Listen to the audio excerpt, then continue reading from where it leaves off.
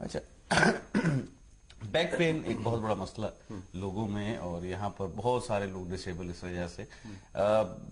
کیا ریمیڈی، کیونکہ اس کا بھی کوئی علاج ایسا سچ نہیں ہے ایلوپیتھک کے اندر، اور آپ کی حکمت کیا کرتی ہے اس حوالے سے؟ اگر پین میں جو اسٹرکچر ہوتا ہے پہلے وہ دیکھنا پڑتا ہے کہ جو آپ کا جو اسٹرکچر ہے اس میں خرابی، اینڈ بلیو می ہم اکثر دیکھ کے جو ہے ہمیں اندازہ ہو جاتا ہے کہ اسٹرکچر میں خرابی کہاں پہ ہے.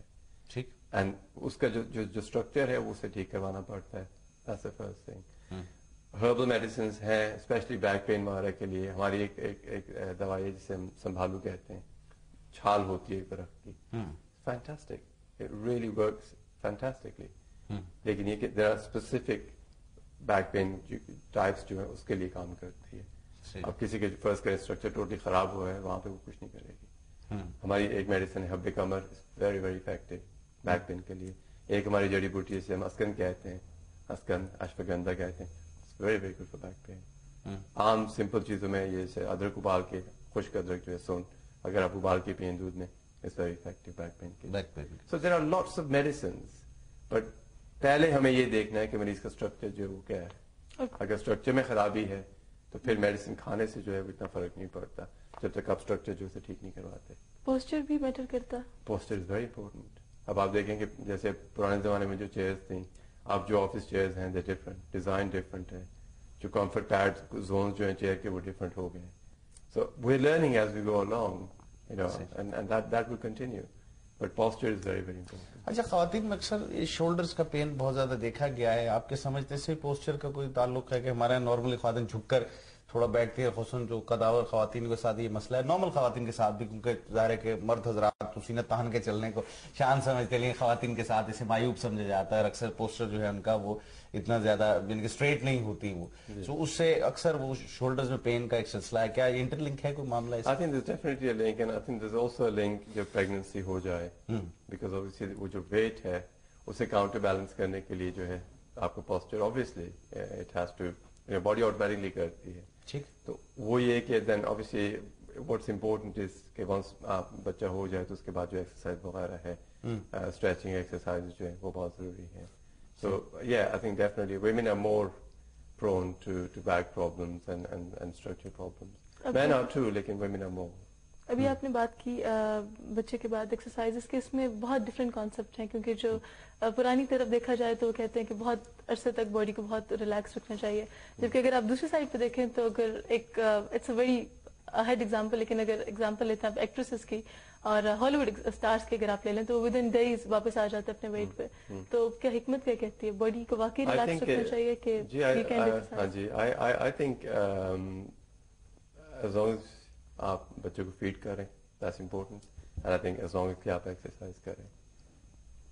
ایکٹیو ہونے سے، کام کرنے سے کوئی بیمار نہیں ہوتا، لوگ بیٹھنے سے بیمار ہوتے ہیں.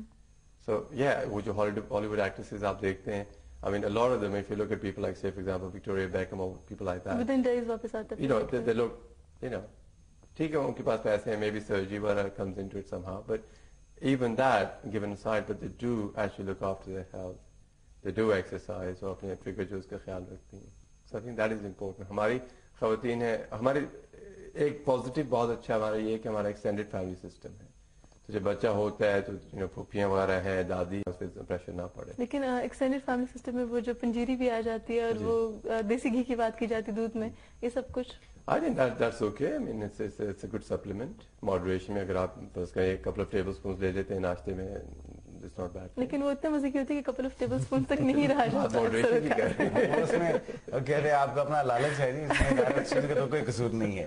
اچھا علاج جب آپ کے پاس کوئی آتا ہے، آپ کیا سمجھتے ہیں کن چیزوں کو اس کو مد نظر رکھنا چاہیے علاج کراتے ہوئے؟ کیا ہم سے مسٹیکس ہوتی ہیں نارملی ڈیورنگ دی ٹریٹمنٹ؟ کیا غلطیاں ہم لوگ؟ I think ٹریٹمنٹ سے پہلے جو لوگ مسٹیک کرتے ہیں، I think it's a very rudimentary mistake. وہ یہ ہے کہ یہ جیسے ہم ٹیلی فون کی بات کر رہے ہیں، ٹیلی فون سے 2-4 سوال کا جواب دیا اور پیسے بھیج دیا، دوائی منگوا لی. یہ سب سے غلط ہے. اب کل مجھے جرمنی سے فون آیا تھا ایک صاحب کا، تو کہتے ہیں کہ میں نے فلاں صاحب کو اتنے 100 پاؤنڈ بھیجے ہیں اور مجھے فرق نہیں پڑا. تو and then when we discuss the problem, جو میں نے انہیں زاویہ دکھایا وہ یہ ہے کہ وہ اپنے آپ پہ اتنا پریشر ڈال رہے ہیں کہ کوئی بھی آپ میڈیسن لے لیں ان دا ورلڈ،